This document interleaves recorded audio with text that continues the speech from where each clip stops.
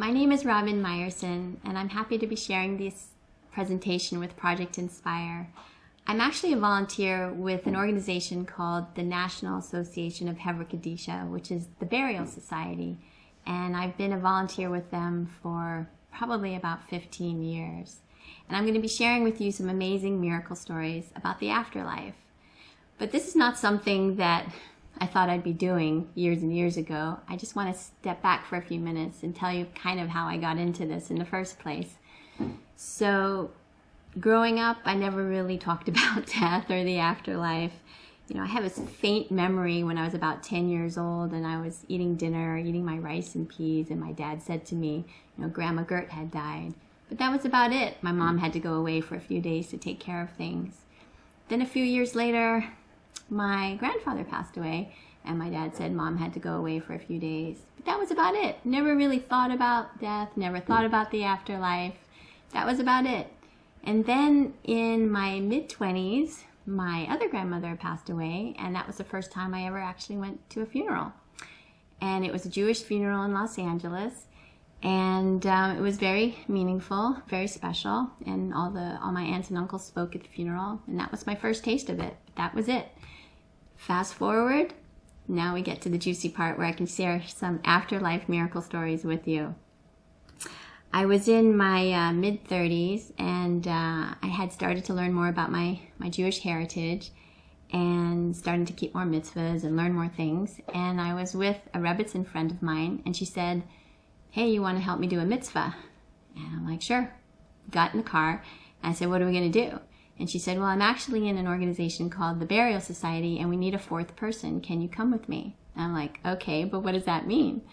So I went down with her to Sinai Mortuary, and I was part of a team of 4 ladies, and we did something called a tahara, and I had no clue what I was getting into. But I thought, I studied biology in college, and for kicks one time with a bunch of friends, we went down to the morgue for the medical students, so I kind of had seen a little bit of that before, but I'd never been a part of the Jewish ritual of a tahara, which is burying people, preparing them to be buried. And I have to tell you, it was my first taste of the afterlife and how incredible it is and how real it really is. Let me just tell you what happened in that room from my first experience.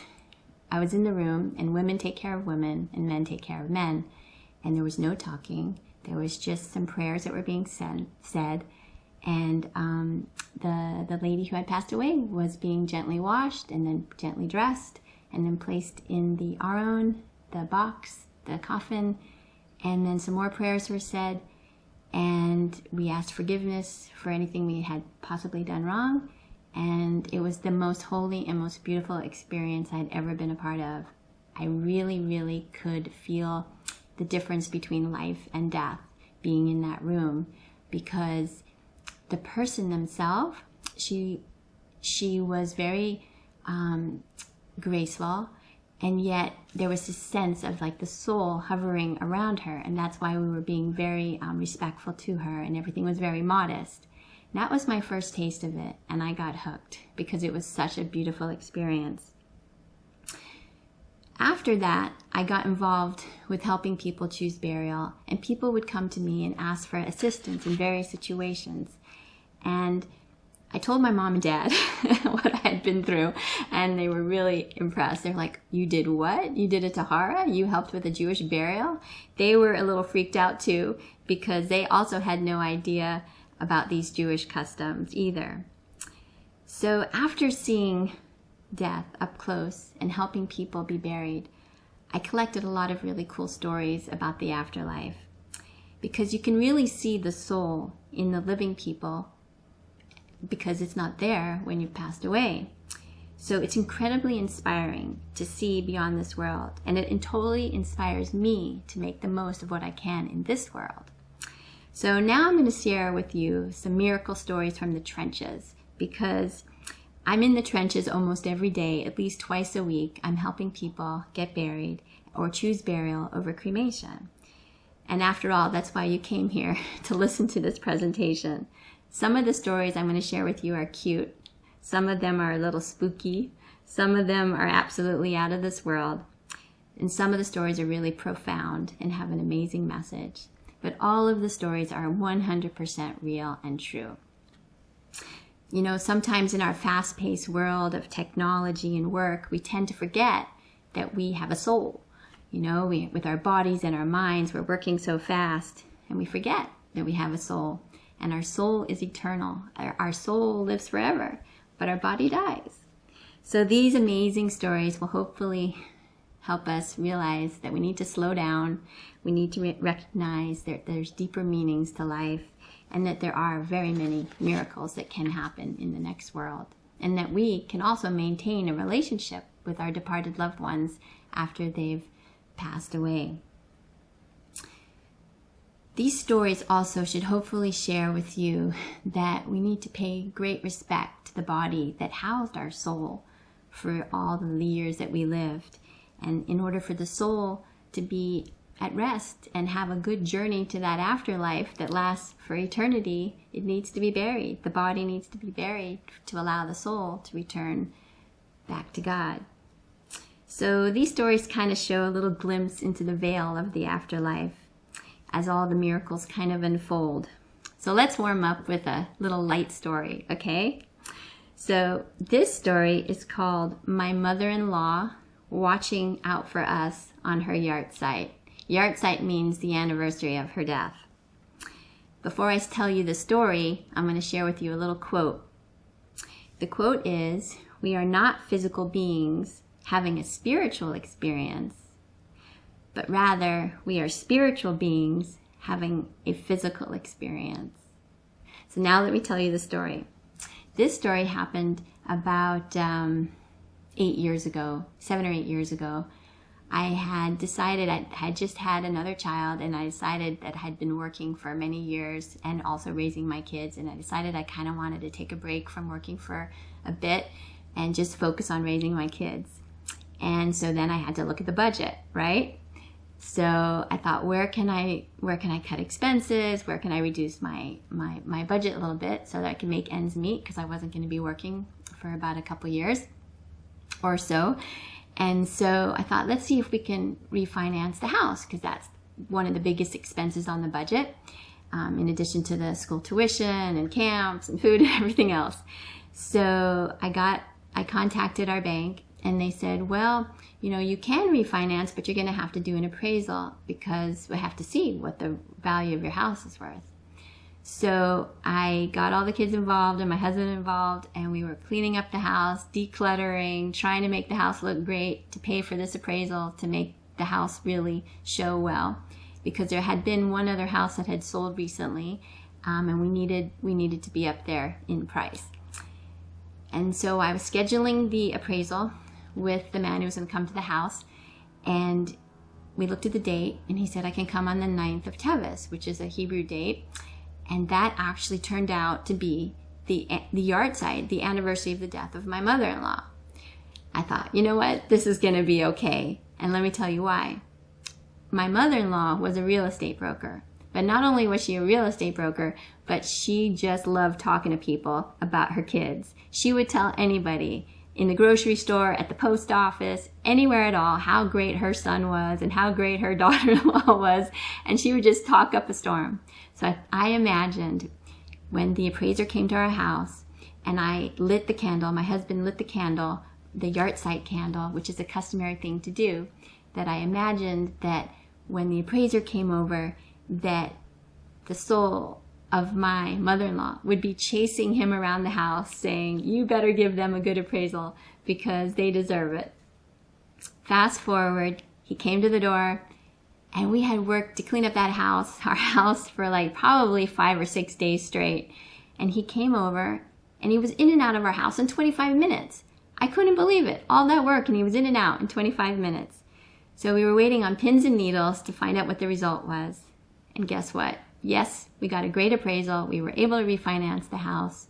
And I know because it was because of my mother-in-law being her Yahrzeit on the day that we had our appraisal.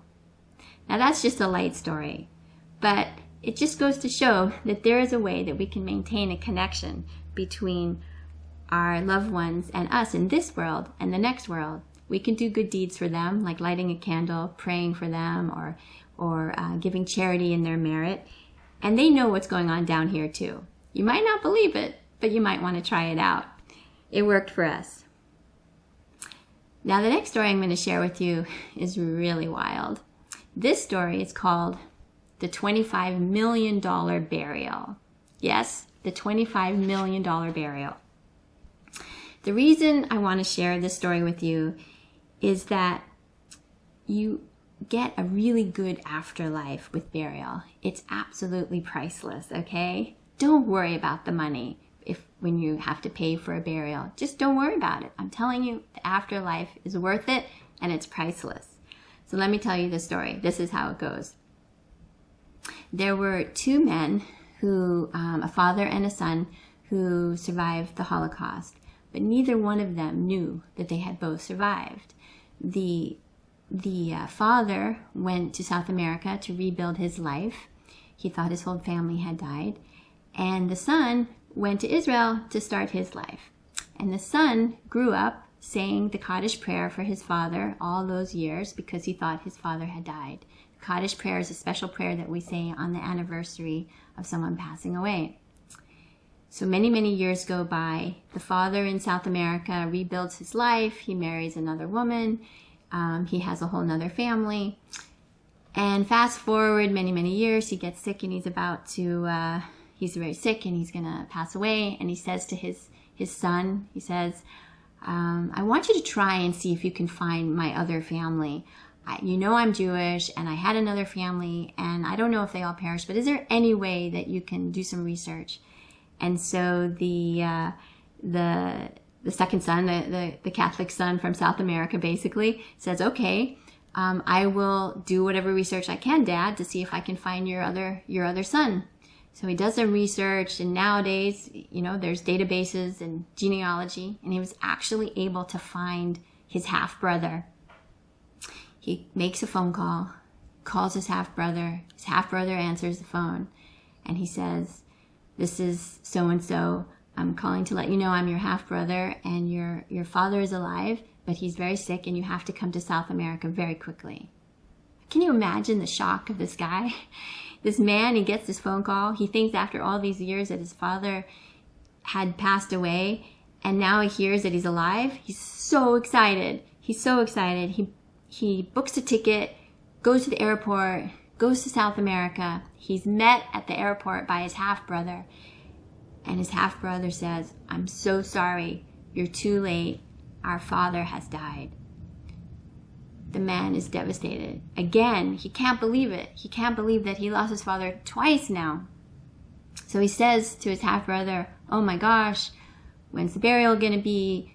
I have to make the arrangements.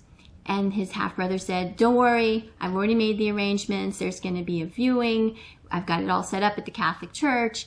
And then we're going to have a horse-drawn carriage carrying his coffin. And then we're going to do a cremation. And the half-brother from Israel said, what? No, my father's Jewish. We have to do a burial. And the other brother said, but no, we're doing everything I already said. I already arranged it all. So can you imagine? They're just in shock, both of them, at meeting each other. And this is the situation. So the brother from Israel calls his rabbi and says, what should I do?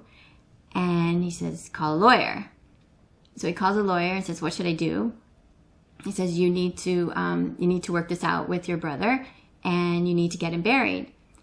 Fast forward, they end up in front of a judge. The judge can't believe that this is the case of two brothers who are fighting over how to take care of their deceased father. And the judge says, just do the cremation. What are you talking about? And the brother from Israel says, how much is my inheritance? And the other brother says, well, our father was very successful in business, and the whole estate is $50 million. You're set to get $25 million. The brother from Israel said, you can keep my inheritance. Just let me have my father. Let me bury him in Israel. The other brother couldn't believe it. He said, sure, go ahead. So the brother from Israel was able to bury his father for $25 million. It's a true story, and it just goes to show the burial is absolutely priceless. Now I'm going to share with you a little spooky story. This happened to me personally. This was a case that I had to take care of a few years ago. There was a person who had passed away from a gunshot. And in our Jewish tradition, it's very important to bury all the parts of the person, everything. You know, if there's an accident, a car accident, or a terrorist attack, God forbid, we take care of the whole situation. There are volunteer organizations to go to a crime scene.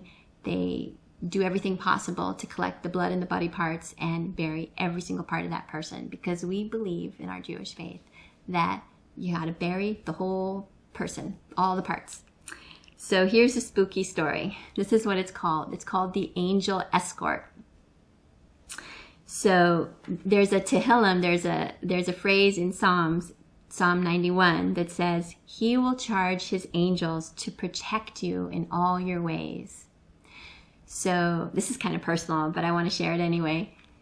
I had to go to the crime scene, and I had to take pictures because I had to see if it was necessary to call in an outside organization to come in, because when there's a gunshot wound, it could be messy. And if it's minor, I could just take care of it, not a big deal. But if it's a big deal, then I needed to come get another organization to come help me. So I went to the scene. I went to the accident. It was in a home, and I had my booties on and my apron on and my mat, like whole garb to keep me safe. But what was more important was the night before, I had been to what's called the mikvah, which is a ritual bath, which is what you do when you're married. And I had gone to the mikvah, and I know that there's this kind of a spooky thing that the next day you are escorted by hundreds and hundreds of angels. So I knew that on this afternoon, when I had to go to this house and check out the scene of the accident, that I would be escorted by angels. So truthfully, I wasn't so scared. Partially, my heart was kind of like pounding outside of my chest, but I had my husband on the cell phone as I opened the door and I went into the crime scene. And I saw what I saw, and it wasn't so terrible, and I didn't have to call the outside organization, and we were able to collect all the necessary body parts so that we could give this person a proper Jewish burial. Okay, after that story, I'm going to share with you a light one. This one is called Plotting a Future Marriage. Now, there's a custom of placing stones on a gravestone, on a gravesite when you go to the cemetery.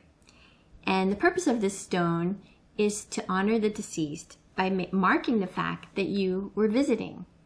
And a cemetery is actually called a Beis Hayim, which means the land of the living. And a few years ago, I needed to go to New York, and my husband's mother is buried in the New York, New Jersey area. So he thought, since we're going on this trip anyway, let's stop by the cemetery. So I happened to be mentioning it to my mom that we're going to Brooklyn in the New York, New Jersey area, and we're going to go to the cemetery. And she said, "Really?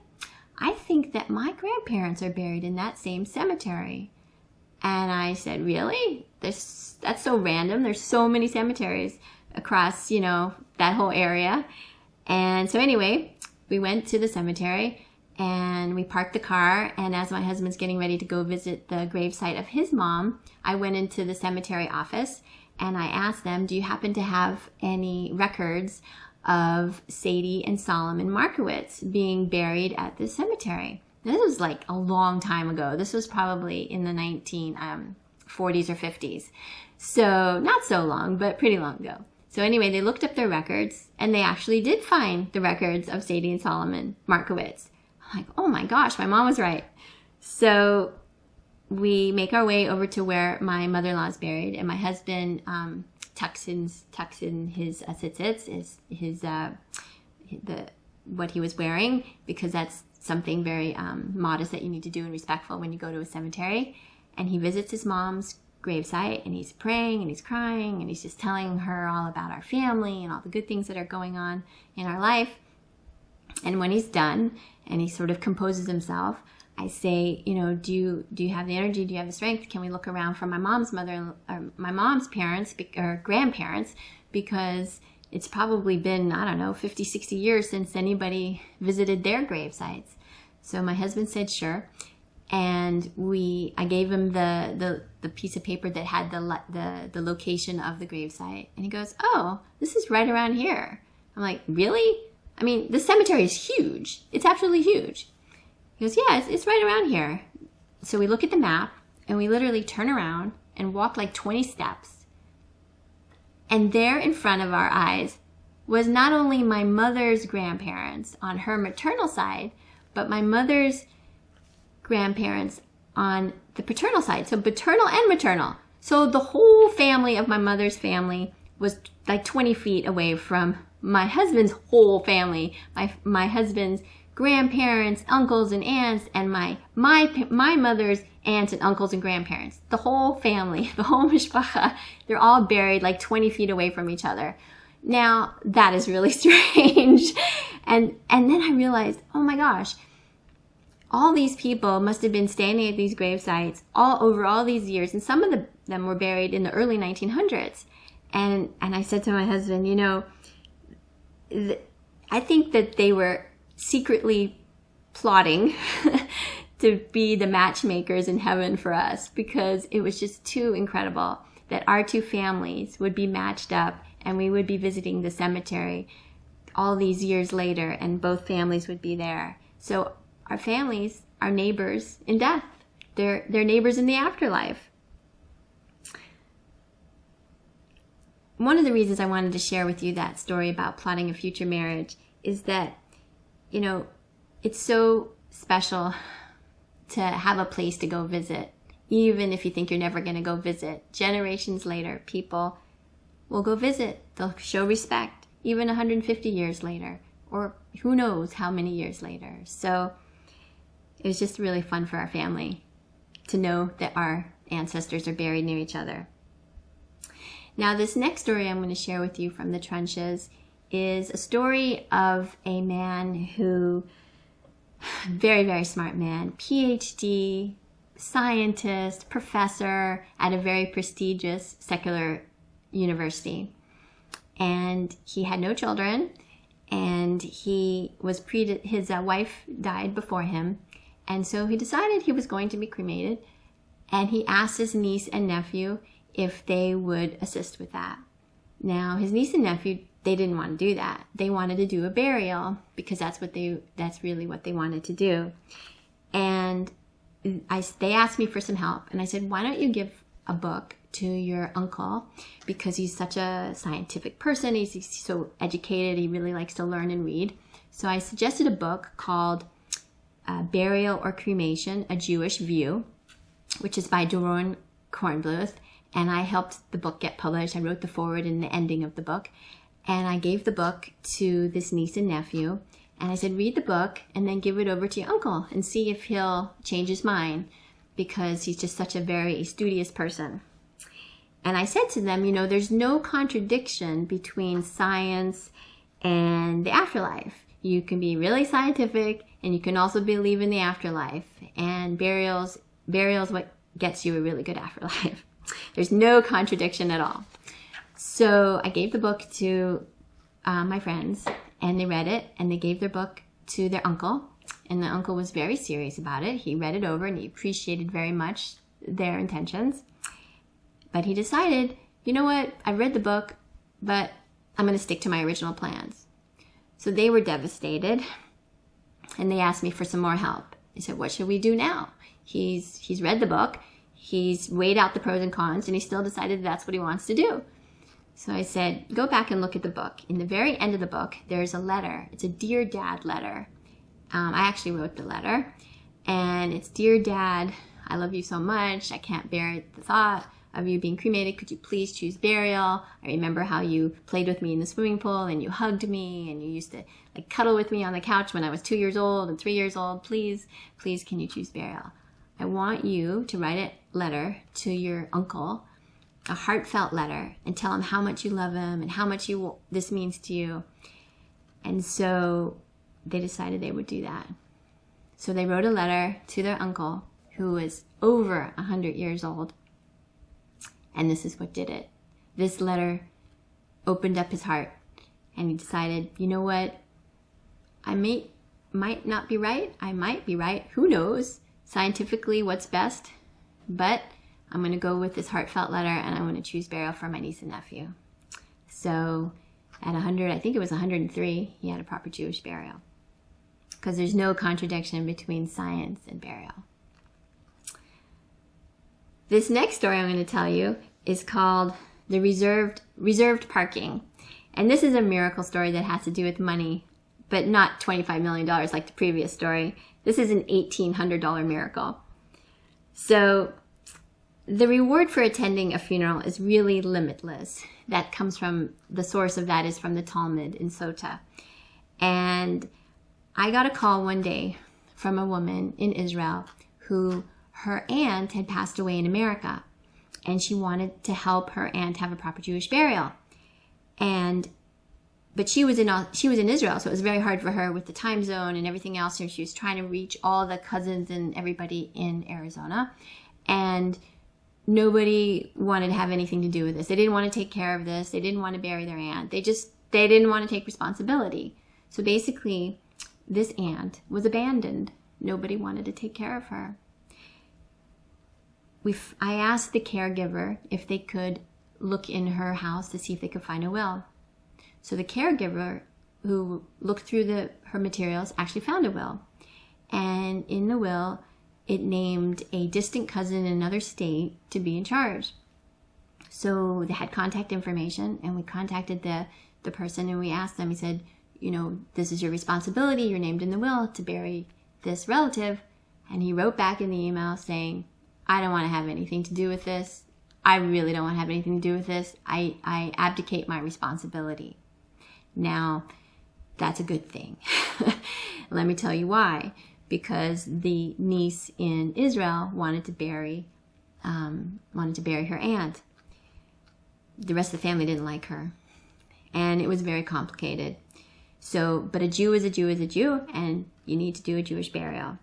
So all we needed was $1,800 because she was basically abandoned. And there's an organization in New York called the Hebrew Free Burial Association. And if someone is abandoned, or someone is indigent, or someone's homeless, you know, they take care of that person and they give them a proper respect that they deserve to have a burial. So I said, you know what? That's what we're going to do for your aunt. We're going to have her have a proper burial in New York for free. The only cost we have is we have to pay for her shipping basically over to New York, and that's going to be about $1,800. I thought, oh my gosh, how many at $1,800? I happened to had to go pick up my son from preschool at exactly that time. So I'm in the car making a million phone calls, trying to raise the money. And I get out of the car and I'm picking up my son, and I'm kind of distracted, right? I'm on the phone trying to pick him up, dropping his lunchbox, dropping his coat. It's just like kind of discombobulated. And Rabbi Brisky is behind me in carpool. He gets out of the car and he says, Robin, are you usually like, you know, wringing your hands in the parking lot while you're picking up your son? And I said, you just won't believe what's going on. I have this case. This lady's been abandoned. Nobody wants to take care of her. I need to get her buried. I need to fly her to New York. I need $1,800. And he said, oh my gosh, you're not going to believe it. I just got off the phone with a man who said he wanted to make a donation to have someone buried. I said, what? Are you kidding me? He said, yes, I just got off the phone with him. So right there in the parking lot, he calls up the man while I'm standing there, and he says, you're not going to believe it. I'm with a woman in a parking lot who's trying to bury this lady who's abandoned, and she needs $1,800. He says, I'll write the check. Where do you want me to make it out to? So right there on the spot, he writes out the check. I'm standing there in the parking lot. He's on the phone. And Rabbi Brisky says, you can come pick up the check in about an hour. So I put my son in the car seat and drove away to go pick up that check. And as I'm driving, like tears are streaming down my face, because I realized, what a miracle. Just when I needed that $1,800, Rabbi Brisky's right behind me in carpool, and that miracle happened for real. This next story that I'm going to tell you is a little spooky, but has a good ending. It has to do with a science lab. A lot of people think that they'd like to do a great deed and give their body over to science. So that is a nice thing to do. We do need medical research, but let me just tell you, there are thousands of bodies that are donated for medical reasons, thousands and thousands, way more than is needed. So the Jewish people don't really need to do that. So when someone's alive, you can certainly donate a kidney, certainly donate bone marrow, whatever you need to do to help someone. But we don't do that. It's not something that we do. We don't donate our whole body to science, and I'll tell you why. Like I mentioned at the very, very beginning of the presentation, and how I've been involved with the Tahara, which is preparing someone for burial, it's so modest, it's so respectful, it's so caring, it's so loving, so gentle. And opposite of that is donating your body to science, where your body is on full display, chopped up into pieces, whatever, and unfortunately, that's just what has to be done. And then at the end of the 6 months or a year of being used for medical science, it's usually cremated. Sometimes it's buried, but pieces and parts. So it's just not respectful to the way we like to do things. So there was a man who, his father was in his 90s, and his father wanted to donate his body to science. And at first, Tuvia was, thought it was fine. But then as he started to look into it, he realized he didn't want his dad to do this. So he tried to have a conversation with his dad, and he called me up and he asked for help.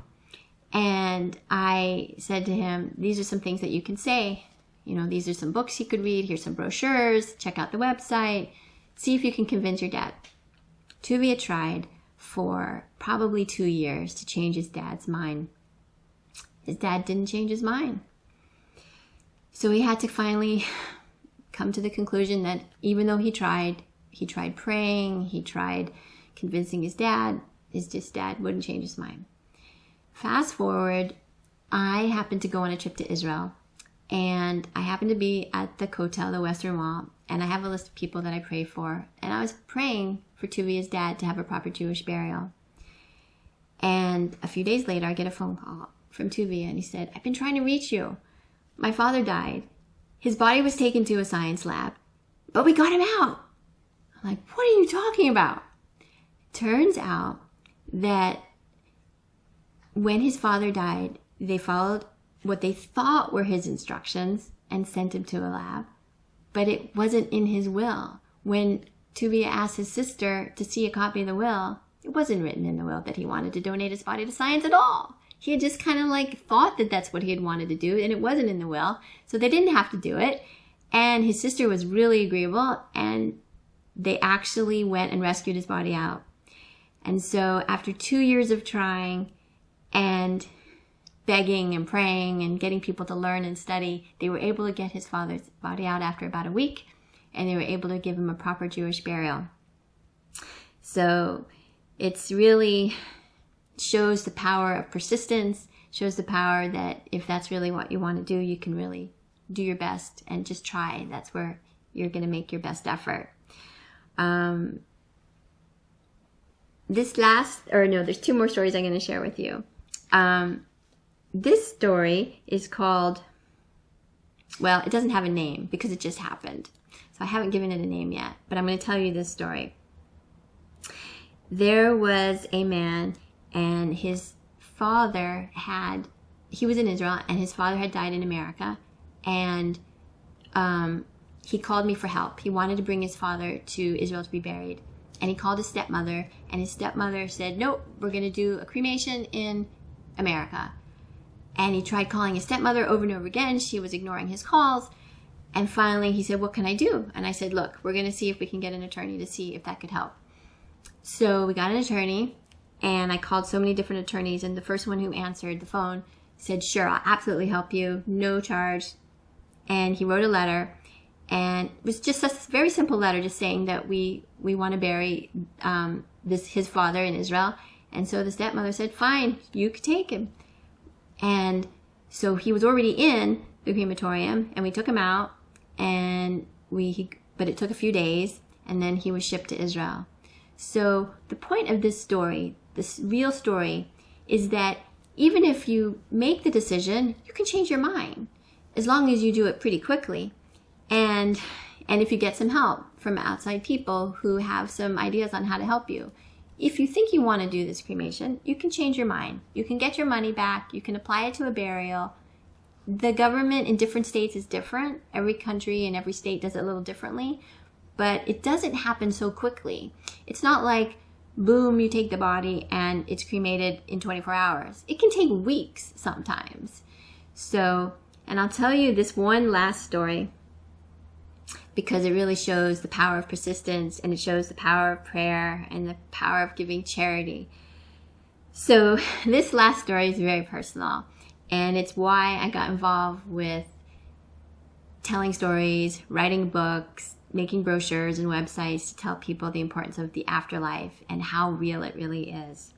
So this story is called The Last Mitzvah. So about 10 years ago, I happened to be calling one of my aunts on the telephone. She lives in Las Vegas, and I called her just to say, hi, how are you doing? And she said, are you calling because you heard the news? And I said, what news? She said, Uncle Arnold died this morning. Like, what? I had no idea. I just called to say hi. And I said, oh my gosh, I'm so sorry. When's the funeral going to be? And she said, there isn't going to be one. I said, what do you mean there's not going to be a funeral? And she said, well, we're not religious like you guys. We're going to do a cremation. I'm like, oh no, you can't do that. You got to bury my uncle. So, but I was so much in shock, and so was she. And so I couldn't argue with her. So I called my cousins, and everybody's crying. Nobody knows what to do. And my uncle's picked up, and he's taken to the morgue, and he's in there for 2 weeks. So the first miracle that happened was that it didn't happen so fast. Like I said, I didn't know, but it could take weeks and weeks. It just depends how many bodies there are. And in Las Vegas, unfortunately, it's about 75% of Jewish people are choosing to be cremated, so the wait is pretty long. So the first miracle was he wasn't touched. The second miracle was that they didn't cut out his artificial knees and hips and stuff like that, because usually that's what they do in the crematoriums, is they cut out the artificial parts because it ruins the machines. But we don't do that. We don't do that in our Jewish traditions. So that was the second miracle, that they didn't do that. And I kept calling my cousins and I said, you got to do a burial. And they didn't know what to do. Everybody's crying. So I called the cemetery, and I called the Jewish mortuary, and I gave them my credit card. I said, just be on call in case they change their mind. But I had no power because I'm a niece. So I kept calling, not getting anywhere. Finally, I decided I'm going to give some tzedakah. I'm going to give some charity to an organization to study for my uncle's soul, because when someone dies, the soul leaves the body, but it doesn't leave completely, it doesn't go on its journey to the afterlife until it's buried. And this was in that 2-week period, and the soul hadn't left on its journey to God because it hadn't been buried yet. So it was just kind of like hovering around. So the soul is in distress because it hasn't been buried yet. So I called this organization. I told them the situation. I said, I'm going to give you some charity dollars. Can you please study for my uncle's soul? And so they traditionally study this thing called Mishnayos. And if you rearrange the letters of Mishnayos, you get neshama. And neshama means soul. Now, I didn't tell my cousins that I had paid some charity dollars to do this. But I was desperate. I really needed something out of this world to help my uncle get a burial. And so I gave the money, and that was on a Tuesday morning. Tuesday night, my cousin has a dream. And in that dream, her father comes to her and says, get me out of here. I didn't find that out till the day of the funeral, because that's what changed her mind. So I flew into Las Vegas, and at the cemetery, my Aunt Myra comes up to me, and she hugs me. and she says, Robin, this is your calling. God is going to repay you. Like, whoa, that's such a weird thing to say at a cemetery, at a funeral. It's like so weird. And then they were hungry, and we decided to go out to eat at a kosher restaurant after the cemetery, after the funeral. And while we were at the restaurant, I said to my cousin Valerie, what changed your mind? I said, I was calling you for weeks. What changed your mind? And she said, well, I had this dream. My dad came to me in a dream. I'm like, whoa, really? When was that? She goes, well, it was like last Tuesday night. I'm like, what do you mean? Which Tuesday? I'm like, last Tuesday? I'm like, Tuesday night? And I told her that I had given some charity dollars to study for her father's soul. So she starts crying. And then I start crying. We're both crying in the restaurant. We totally look like a sight because we realized the magnitude of the connection that we had, that I gave tzedakah, charity, for her father's soul. Her father showed up in a dream of hers, telling her to get him out of the crematorium. But the story gets a little bit more spooky after that. Really good ending. So remember what my aunt said? She said that God was going to repay me. And it was like such a weird thing to say at the cemetery. So fast forward a couple of months later, I was getting ready for a summer trip. And we were going to drive up to Denver because even though my aunt and uncle live in Las Vegas, my cousins lived in Denver. And we were trying to get out of the Arizona heat. And we're about to get in the car. And I'm like, I'm not feeling so good. And so I decided to take a pregnancy test. I'm like, I'm 44 years old. I can't be pregnant. I take this test. It turns out it's pink. I'm pregnant. I tell my husband. He's jumping for joy. I'm like freaking out. Like, oh my God, I'm going to have a baby at 45. My last child was like going to be 6. It had already been like a 5 to 6 year gap. So I decided, oh my gosh. And then all of a sudden, I start counting on my hand, like when I'm going to be due. And I realize I'm due in March near the first yard site anniversary of my Uncle Arnold's death. And it whooshed through my mind what my Aunt Myra had said at the cemetery. This is your calling. God is going to repay you. I'm like, whoa, oh my gosh. Fast forward, go to the doctor and get a check. Everything's fine. Fast forward a couple more months, go to an ultrasound, find out it's a little boy. I call my cousins from the ultrasound room and I tell them, I'm going to have a little boy and I'm going to name him after your father. They were just so thrilled. Fast forward a couple more months, supposed to have this baby and he's not coming out. And the doctor says to me, Robin, you better have this baby, otherwise we're going to have to induce. I'd already had 4 children and I was not about to be induced. But remember, it had been like a 6-year gap. It's kind of like having your first baby. So I was like, don't touch me. I don't want to be induced. Now remember my Uncle Arnold, he was in the crematorium for 2 weeks. Well, I was 2 weeks late. And I went to the hospital exactly on the 1-year anniversary of my Uncle Arnold dying. So my baby boy was born on his anniversary. And so we named him Azriel Mordechai, my Shushan Purim miracle baby boy, born on my Uncle Arnold's yard site. Now, if that doesn't make you believe in the afterlife, I don't know what will make you believe in the afterlife. It's real. It's just something we can't see. We can't touch it. We can't taste it, but it's real. The soul lives forever, and we can maintain a relationship with our departed loved ones by doing mitzvahs in their merit.